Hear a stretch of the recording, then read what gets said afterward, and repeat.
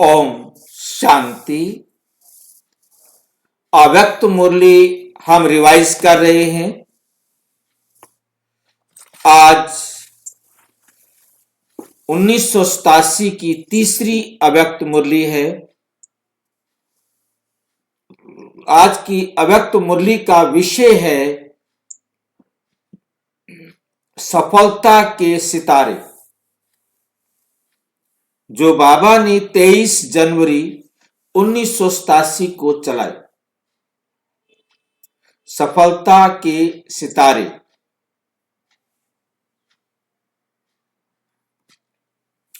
आज ज्ञान सूर्य, ज्ञान चंद्रमा अपने चमकते हुए तारा मंडल को देख रहे हैं। कौन है? ज्ञान सूर्य और ज्ञान चंद्रमा अपने चमकते हुए तारा मंडल को देख रहे हैं। वे आकाश के सितारे हैं और ये धरती के सितारे हैं।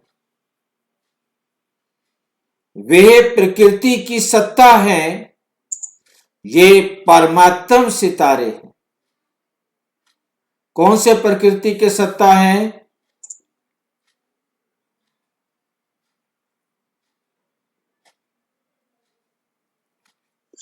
जो आकाश में तारे हैं, जो आकाश में है। सूर्य भी आकाश में है, चंद्रमा भी आकाश में है, तारे भी आकाश में है। वो तीनों है प्रकृति की सत्ता। और शिव बाबा है ज्ञान सूर्य, ब्रह्मा बाबा है ज्ञान चंद्रमा और हम है रूहानी सितारे। ये परमात्म सितारे हैं, रूहानी सितारे हैं। वो सितारे भी रात को ही प्रकट होते हैं और ये रूहानी सितारे, ज्ञान सितारे, चमकते हुए सितारे हैं जी, रात को प्रकट होते हैं। ये भी रात को प्रकट होते हैं। जब ब्रह्मा की रात में ही प्रकट होते हैं। वो सितारे रात को दिन नहीं बनाते। सिर्फ ये सूर्य रात को दिन बनाता है। सिर्फ सूर्य, तारे नहीं। सिर्फ सूर्य रात को दिन बनाता है। लेकिन आप सितारे ज्ञान सूर्य, ज्ञान चंद्रमा के साथी बन रात को दिन बनाते। वो सूर्य दिन बनाता है, परंतु वो सितारे दिन नहीं बना सकते। वो सितारे दिन नहीं बना सकते, परंतु आप सितारे ज्ञान सूर्य, ज्ञान चंद्रमा के साथी बन रात को दिन बनाते हो। जैसे प्रकृति के तारा मंडल में अनेक प्रकार के सितारे चमकते हुए दिखाई देते हैं, चमकते हुए दिखाई देते हैं, वैसे परम आत्मा तारा मंडल में भी, परमात्म तारा मंडल में भी भिन्न भिन्न प्रकार के सितारे चमकते हुए दिखाई दे रहे हैं। कोई समीप के सितारे हैं, कोई दूर के सितारे भी हैं, कोई सफलता के सितारे हैं, तो कोई उम्मीदवार सितारे, कोई उम्मीदवार सितारे हैं। कोई एक स्थिति वाले हैं और कोई स्थिति बदलने वाले हैं। वे स्थान बदलते, यहां स्थिति बदलते, वहां स्थान बदलते, यहां स्थिति बदलते।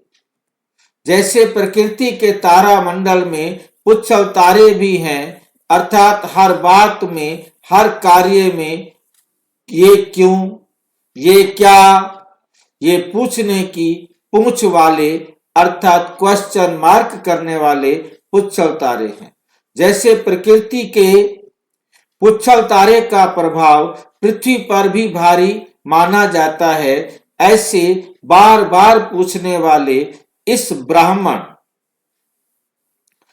ब्राह्मण परिवार में वायुमंडल भारी कर देते हैं। सभी अनुभवी हो, जब स्वयं के प्रति भी संकल्प में क्या और क्यों का पूछ लग जाता है, तो मन और बुद्धि की स्थिति स्वयं प्रति भारी बन जाती है।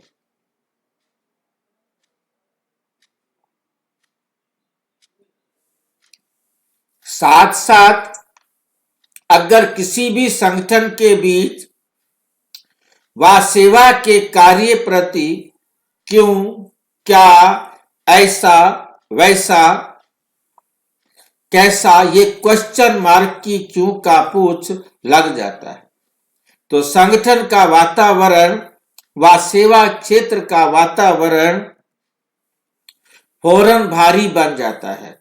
तो स्वयं प्रति, संगठन व सेवा प्रति प्रभाव पड़ जाता है ना।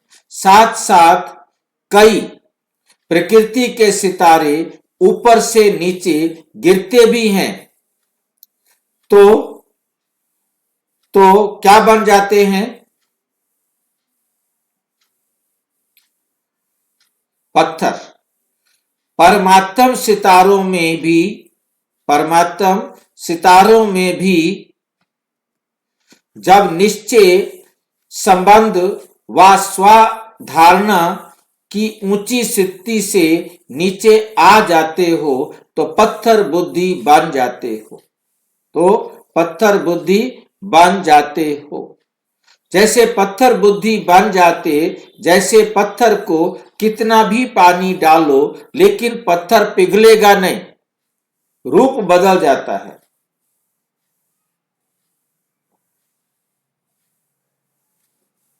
लेकिन पिघलेगा नहीं। पत्थर को कुछ भी धारणा नहीं होती।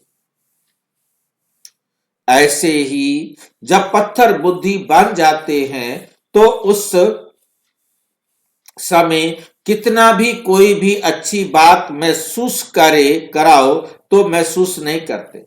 कितना भी ज्ञान का पानी डालो लेकिन बदलेंगे नहीं, लेकिन बदलते रहते हैं, लेकिन स्वयं नहीं बदलेंगे। इसको कहते हैं पत्थर बुद्धि बन जाते हैं। तो अपने आप से पूछो, इस परमात्म तारा मंडल के सितारे बीच बीच में कौन सा सितारा हूं?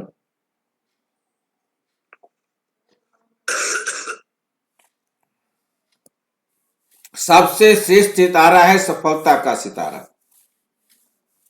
सफलता का सितारा अर्थात जो सदा स्वयं की प्रगति में सफलता को अनुभव करता रहे, अर्थात अपने पुरुषार्थ को की विधि में सदैव सहज सफलता अनुभव करता रहे। सफलता के सितारे संकल्प में भी स्वयं के पुरुषार्थ प्रति भी कभी पता नहीं ये होगा या नहीं होगा, कर सकेंगे या नहीं कर सकेंगे, ये असफलता का अंश मात्र भी नहीं होगा।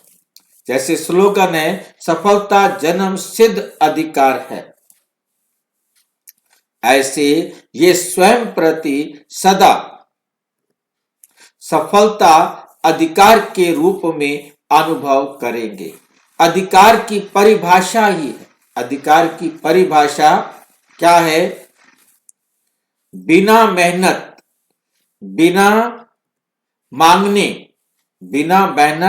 बिना मांगने के प्राप्त हो। कुछ मांगना नहीं पड़े और क्या हो जाए, हमें प्राप्त हो जाए। इसको कहते हैं अधिकार।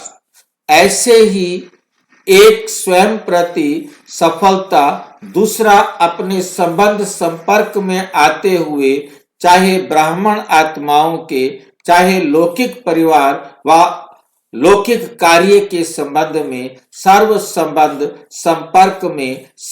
में आते कितनी भी मुश्किल बात को सफलता के अधिकार के आधार से सहज अनुभव करेंगे, अर्थात सफलता की प्रगति में आगे बढ़ते जाएंगे। हाँ, समय लग सकता है, लेकिन सफलता का अधिकार प्राप्त होकर ही रहेगा। ऐसे स्थूल कार्य व अलौकिक सेवा का कार्य, अर्थात दोनों क्षेत्रों के कर्म में सफलता के निश्चय बुद्धि विजयी रहेंगे। कहां कहां परिस्थिति का सामना भी करना पड़ेगा, परिस्थिति का सामना भी करना पड़ेगा, लेकिन वे सहन करना उन्नति का रास्ता बन जाएगा। वो सहन करना क्या हो जाएगा? उन्नति का रास्ता बन जाएगा। परिस्थिति को सामना करते परिस्थिति स्वस्थिति से उड़ती कला में होगी, उड़ती कला का साधन बन जाएगी, अर्थात हर बात में सफलता स्वतः सहज और अवश्य प्राप्त होगी। सफलता का सितारा उसकी विशेष निशानी है। कभी भी स्वयं की सफलता का अभिमान नहीं होगा, वर्णन नहीं करेगा, अपने गीत नहीं गाएगा, लेकिन जितनी सफलता उतना नम्र चित्त, जितनी सफलता उतना नर्म चित्त, निर्मल स्वभाव होगा, और दूसरे उसके गीत गाएंगे, लेकिन वे स्वयं सदा बाप के गुण गाएंगे। सफलता का सितारा कभी भी क्वेश्चन मार्क नहीं करेगा। सदा बिंदी रूप में स्थित रहे, हर कार्य में औरों को भी ड्रामा की बिंदी स्मृति में दिलाए, विघ्न विनाशक बनाए,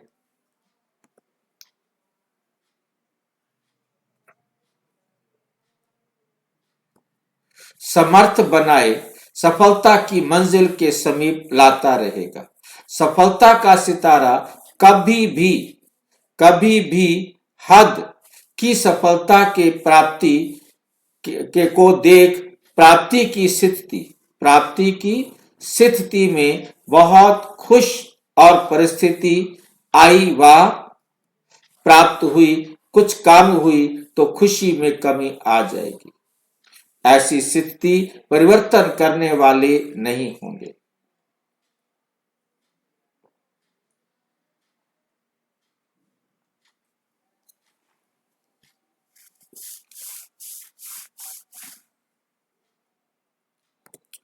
सदा बेहद के सफलता मूर्त होंगे, एक श्रेष्ठ स्थिति पर स्थित होंगे, चाहे बाहर की परिस्थिति व कार्य में बाहर के रूप से औरों को असफलता अनुभव हो, लेकिन सफलता का सितारा असफलता की स्थिति के प्रभाव में न आकर सफलता के स्वस्थिति से सफलता का भी परिवर्तन कर लेगा। ये सफलता के सितारे की विशेषता है। अभी अपने से पूछो, मैं कौन हूं? सिर्फ उम्मीदवार हूं व सफलता स्वरूप हूं। उम्मीदवार बनना भी अच्छा है, लेकिन सिर्फ उम्मीदवार बन प्रत्यक्ष सफलता का अनुभव कराओ। प्रत्यक्ष सफलता को क्या करो? अनुभव कराओ।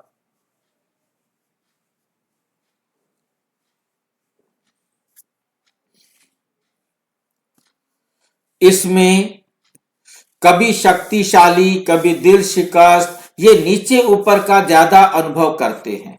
जैसे जैसे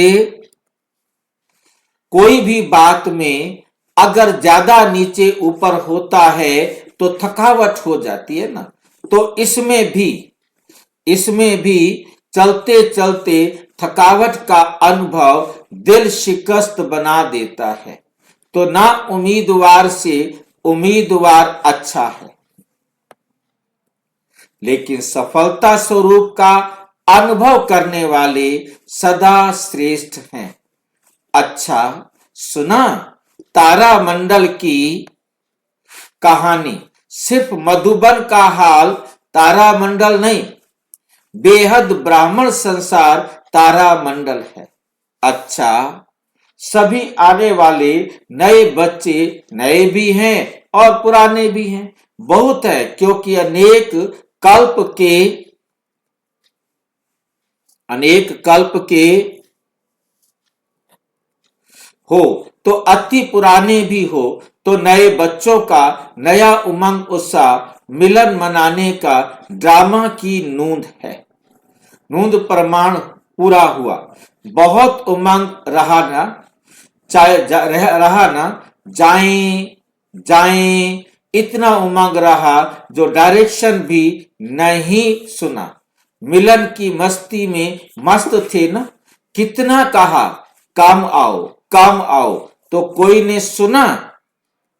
बाप दादा ड्रामा के हर दृश्य को देख हर्षित होते हैं कि इतने सब बच्चों को आना ही था, इसलिए आ गए। अब सहज मिल रहा है ना, मुश्किल तो नहीं है ना। ये भी ड्रामा अनुसार समय प्रमाण रिहर्सल हो रही है। सभी खुश होना, मुश्किल को सहज बनाने वाले होना, हर कार्य में सहयोग देना, जो डायरेक्शन मिलते हैं उसमें सहयोगी बनना, अर्थात सहज बनाना।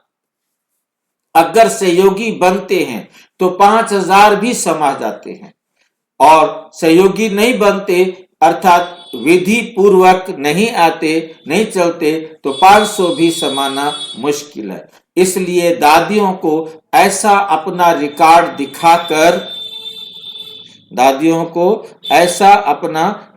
दिखाकर जाना जो सबके दिल से यही निकले कि 5500 के बराबर समाये हुए थे। इसको कहते हैं मुश्किल को सहज करना। ये जहां मुरली चली है 1987 के अंदर, ये शांति ऊपर ओम शांति भवन में होगा, जहां कैपेसिटी सिर्फ 2000, मैक्सिमम 2500 आ सकते हैं। अब 5000 आ जाए तो क्या हालत होगी।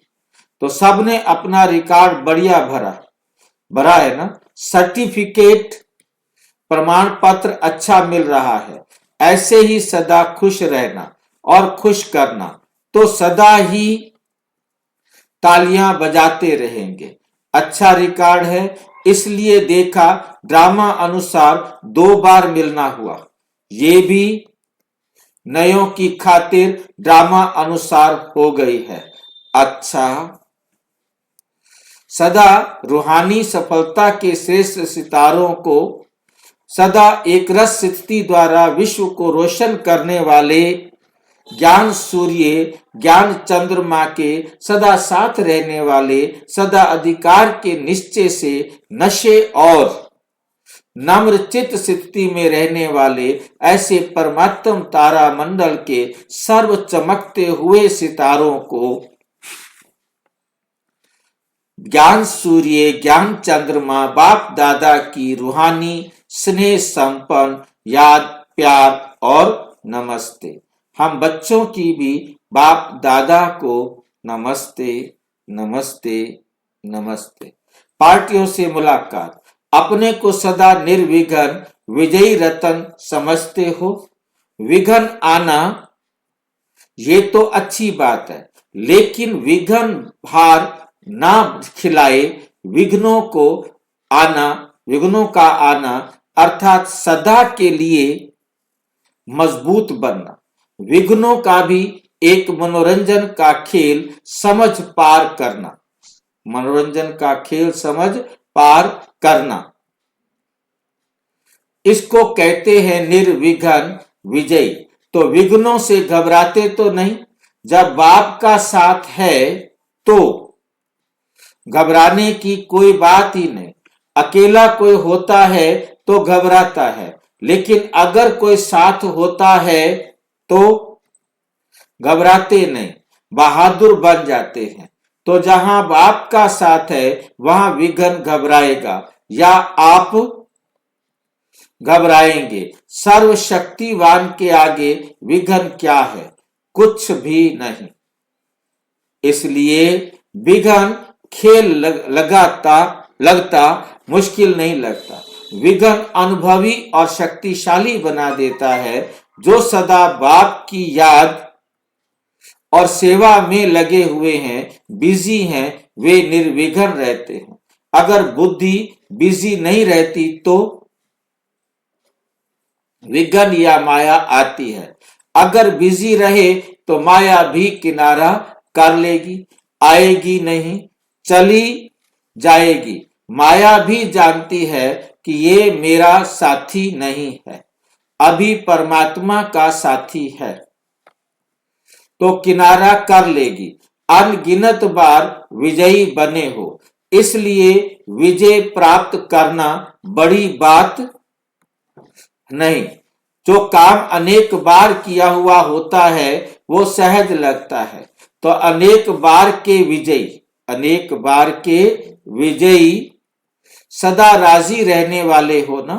माताएं सदा खुश रहती हैं, कभी रोती तो नहीं है ना। कभी कोई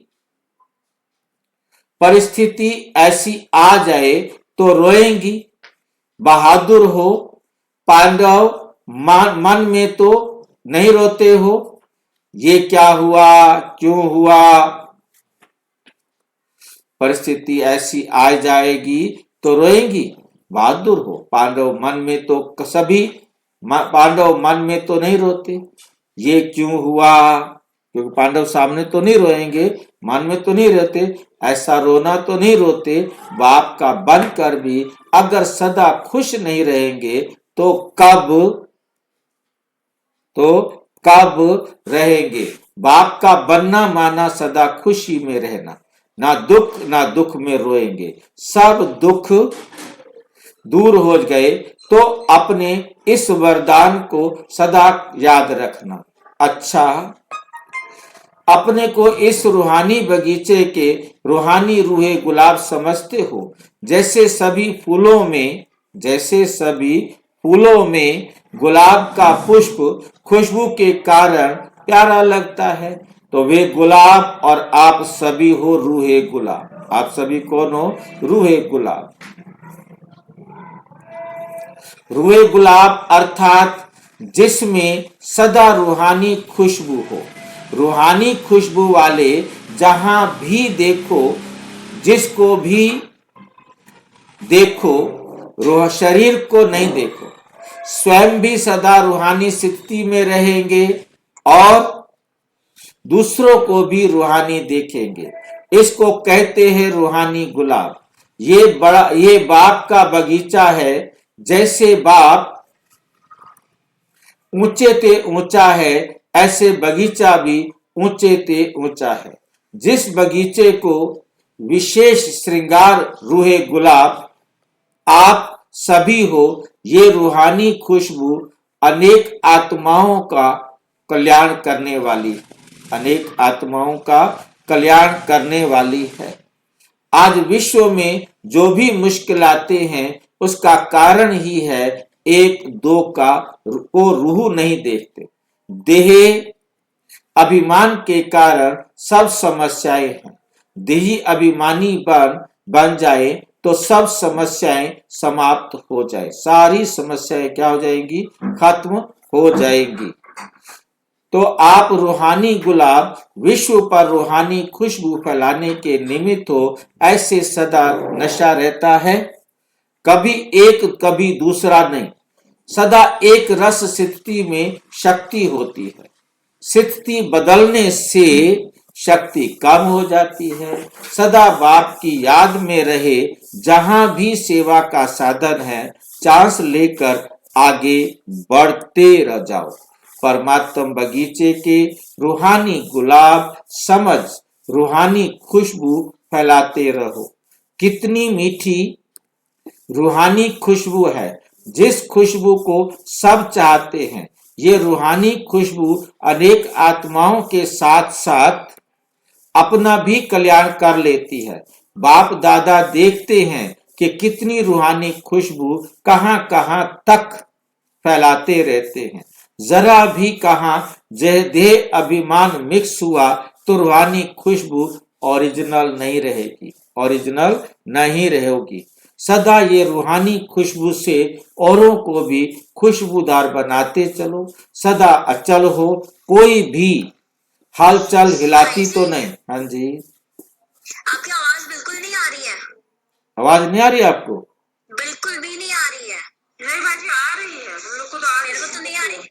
आ रही है मेरे तरफ से तो पूरी आवाज जा रही है। मेरा बाइक तो है ना साफ। नहीं आ रही थी, मैंने बंद करके फिर से लगाया। हाँ जी, मेरी भी नहीं आ रही थी आवाज, फिर मैंने बंद किया बाईचर, फिर से ड्राइंग की क्लास अभी आ रही है।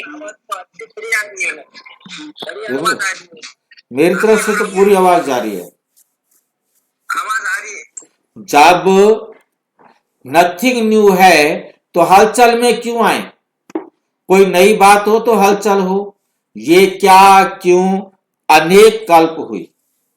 इसको कहते हैं ड्रामा के ऊपर निश्चय बुद्धि सर्वशक्तिवान के साथ थी। की स्क्रीन पूरी नहीं आ रही।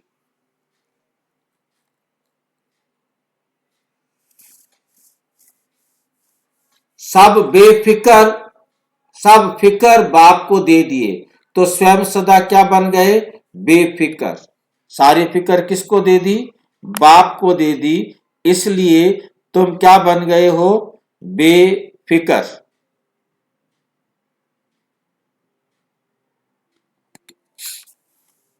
बादशाह सदा रूहानी खुशबू फैलाते रहो तो सब विघ्न खत्म हो जाएंगे।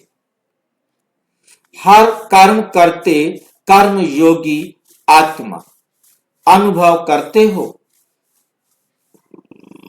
कर्म और योग सदा साथ रहता है।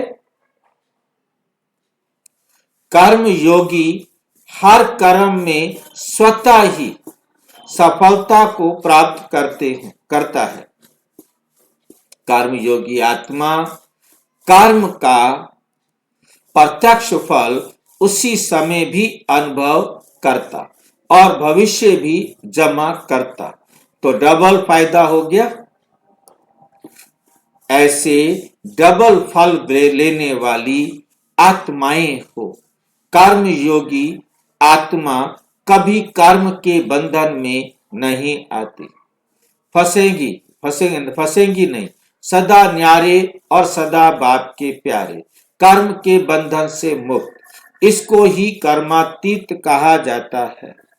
कर्मातीत का अर्थ ये नहीं कि कर्म से अतीत हो जाए, कर्म से न्यारे नहीं, कर्म के बंधन में फंसने से न्यारे। हम कर्म के बंधन में नहीं फंसेंगे, इसको कहते हैं कर्मातीत।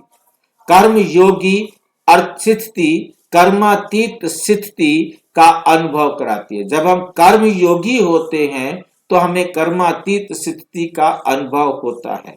तो किसी बंधन में बंधने वाले तो नहीं हो ना, औरों को भी बंधन से छुड़ाने वाले। जैसे बाप ने छुड़ाया ऐसे बच्चों का भी काम है छुड़ाना। स्वयं कैसे बंधन में बंधेंगे? कर्म योगी स्थिति अति प्यारी और न्यारी है। इससे कोई कितना भी बड़ा कार्य हो, लेकिन ऐसे लगेगा जैसे काम नहीं कर रहे हैं, लेकिन खेल कर रहे हैं। चाहे कितना भी मेहनत का सख्त खेल हो, फिर भी खेल में मजा आएगा ना। जब मल युद्ध करते हैं तो कितनी मेहनत करते हैं, लेकिन जब खेल समझ कर करते हैं तो हंसते हंसते करते हैं। मेहनत नहीं लगती, मनोरंजन लगता है। तो कर्म योगी के लिए कैसा भी कार्य हो लेकिन मनोरंजन है। संकल्प में भी मुश्किल का अनुभव नहीं होगा। तो कर्म योगी ग्रुप अपने कर्म से अनेकों का कर्म श्रेष्ठ बनाने वाले इसी में बिजी रहो। कर्म और याद कंबाइंड अलग हो ही नहीं सकते। सदा बाप की अति स्नेही सहयोगी आत्माएं अनुभव करते हो। स्नेही की निशानी क्या होती है? स्नेही की निशानी क्या होती है? जिससे स्नेह होता है उसके हर कार्य में सहयोगी जरूर होंगे। अति स्नेही आत्मा की निशानी सदा बाप के साथ बाप के श्रेष्ठ कार्य में सहयोगी होगी। जितना जितना सहयोगी उतना सहज योगी, क्योंकि बाप के सहयोगी है ना। दिन प्रतिदिन दिन रात यही लगन रहे, बाबा और सेवा, इसके सिवाय कुछ है ही नहीं। अगर लौकिक कार्य भी करते हो तो बाप की श्रीमत प्रमाण करते हो, इसलिए वे भी बाप का कार्य है। लौकिक में भी अलौकिकता का अनुभव करेंगे। सभी लौकिक कार्य समझ ना थकेंगे ना फंसेंगे, न्यारे रहेंगे। तो ऐसे स्नेही और सहयोगी आत्माएं हो। न्यारे होकर कर्म करेंगे तो बहुत अच्छा कर्म होगा। कर्म में फंसकर कर्म करने से अच्छा नहीं होता, सफलता भी नहीं होती, मेहनत भी बहुत और प्राप्ति भी नहीं। इसलिए सदा बाप के स्नेह में समाई हुई सहयोगी आत्माएं हैं।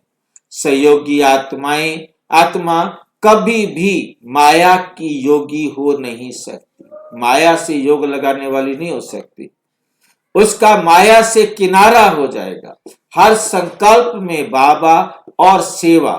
तो जो नींद भी करेंगे उसमें भी बड़ा आराम मिलेगा, शांति मिलेगी, शक्ति मिलेगी। नींद नहीं होगी। जैसे कमाई करके खुशी में लेते हैं इतना परिवर्तन हो जाता है। बाबा करते रहो, बाबा कहा और कार्य सफल हुआ पड़ा है, क्योंकि बाप सर्वशक्तिमान है। सर्वशक्तिमान बाप की याद स्वतः ही हर कार्य को शक्तिशाली बना देती है। अपने को राज ऋषि श्रेष्ठ आत्माएं अनुभव करते हो। राज ऋषि अर्थात राज्य होते हुए भी ऋषि अर्थात सदा बेहद के वैरागी। स्थूल देश का राज्य नहीं है, लेकिन स्वयं का राज्य है। स्वराज्य करते हुए बेहद के वैरागी भी हो, तपस्वी भी हो, क्योंकि जानते हो पुरानी दुनिया में है ही क्या। इस दुनिया को कहते ही हो असार संसार, कोई सार नहीं। जितना ही बनाने की कोशिश करते हैं उतना ही बिगड़ता है। तो असार हुआ ना।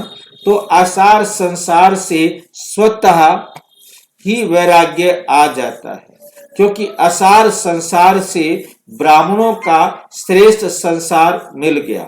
श्रेष्ठ संसार मिल गया तो असार से वैराग्य स्वतः हो जाएगा। वैराग्य अर्थात लगाव ना हो। अगर लगाव होता है तो बुद्धि का झुकाव होता है। जिस तरफ लगाव होगा बुद्धि उसी तरफ जाएगी।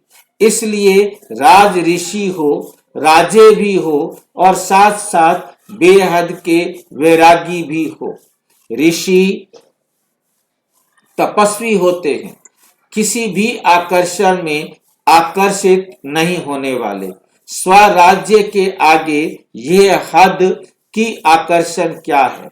कुछ भी नहीं। तो अपने को क्या समझते हो? राज ऋषि किसी भी प्रकार का लगाव ऋषि बनने नहीं देगा, पवित्र नहीं बनने देगा। कोई भी लगाव होगा तो ऋषि माना पवित्र, तपस्वी नहीं बन सकेंगे। तपस्या में लगाव ही विघ्न रूप बनता है, बनकर आता है। तपस्या भंग हो जाती है। इसलिए माया की आकर्षण से सदा परे रहो। कोई भी संबंध में लगाव ना हो। माताओं को पोत्रे धोत्रे अच्छे लगते हैं, इसलिए थोड़ा लगाव हो जाता है। पांडव को फिर किससे लगाव होता है? कमाने में, पैसा इकट्ठा करने में, जेब में। पैसा तो होना चाहिए ना, लेकिन जो बाप की लगन में रहते हैं वो लगाव में नहीं रहते, वे लगाव में नहीं रहते। उसको जब सब सहज प्राप्त होता है। ब्राह्मण जीवन में 10 रुपया भी 100 बन जाता है। इतना धन में वृद्धि हो जाती है। प्रगति पढ़ने से 10 100 का काम करता है और वहां 100 10 का काम करता है। प्रगति पढ़ने से 10 100 का काम करता है, वहां 100 10 का काम करता है, करेगा। इसलिए अभी इकोनॉमी के अवतार हो गए ना। क्या होता है कि जब पैसे फालतू हो तो कितने भी हो, परंतु जब दिक्कत आती है तो फिर इकोनॉमी का अवतार बन गए, अवतार हो गए। क्योंकि अब आपने बचत करनी है, अब आप व्यर्थ को बचा लेते हो, अब आपका पैसा वेस्ट नहीं होता। तो अब समर्थ पैसा, क्योंकि पैसा वेस्ट नहीं होगा तो आपकी ताकत बनेगा। काला पैसा नहीं, सफेद पैसा है, इसलिए शक्ति है। तो राज ऋषि आत्माएं हैं। इस वरदान को सदा याद रखो। कहां लगाव में नहीं फंस जाना। ना फंसो, ना निकलने की मेहनत करो। फंसोगे तो निकलने की फिर मेहनत करनी पड़ेगी। अपने को सदा हर्षित रहने वाली श्रेष्ठ आत्माएं अनुभव करते हो। हर्षित मुख, हर्षित चित्त, इसकी यादगार आपके यादगार चित्रों में भी दिखाते हैं। कोई भी देवी या देवता की मूर्ति बनाएंगे तो उसमें चेहरा जो दिखाते हैं वे सदा हर्षित दिखाते हैं। अगर कोई सीरियस गंभीर चेहरा होगा तो देवता का चित्र नहीं मानेंगे। तो हर्षित मुख रहने का इस समय का गुण आपके यादगार चित्रों में भी हर्षित मुख और सदा प्राप्तियों से भरपूर। जो भरपूर होता है वही हर्षित रह सकता है। अगर कोई भी अप्राप्ति होगी तो हर्षित नहीं रहेंगे। जितना भी हर्षित रहने की कोशिश करें, बाहर से हंसेंगे लेकिन दिल से नहीं। कोई बाहर से हंसते हैं तो मालूम पड़ जाता है ये दिखावे की हंसना है, सच नहीं। तो आप सब दिल से सदा मुस्कुराते रहो। कभी चेहरे पर दुख की लहर ना आए। किसी भी परिस्थिति में दुख की लहर नहीं आनी चाहिए, क्योंकि दुख की दुनिया छोड़ दी, संगम की दुनिया में आ गए। अच्छा, ओम शांति। और विस्तार से जानने के लिए प्रजापिता ब्रह्मा कुमारी ईश्वरीय विश्वविद्यालय के किसी भी सेवा केंद्र पर संपर्क करें। और यदि कोई प्रश्न है तो 9213106986 पर केवल RTI या टेलीग्राम करें। 9650692270 पर केवल व्हाट्सएप करें, फोन नहीं। ओम शांति।